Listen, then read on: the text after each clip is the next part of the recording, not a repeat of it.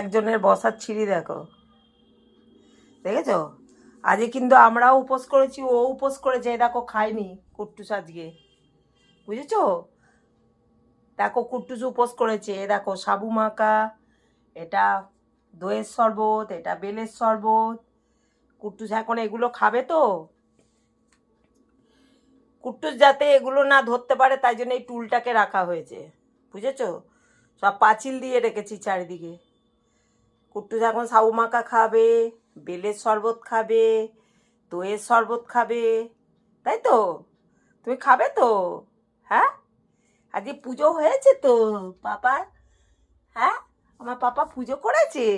হ্যাঁ, পুজো করেছে আমার পাপা। আজকে উপোস, দেখেছো? কুট্টুস খায়নি, আমরা কেউ খাইনি বলে কুট্টুস খায়নি, দেখেছো?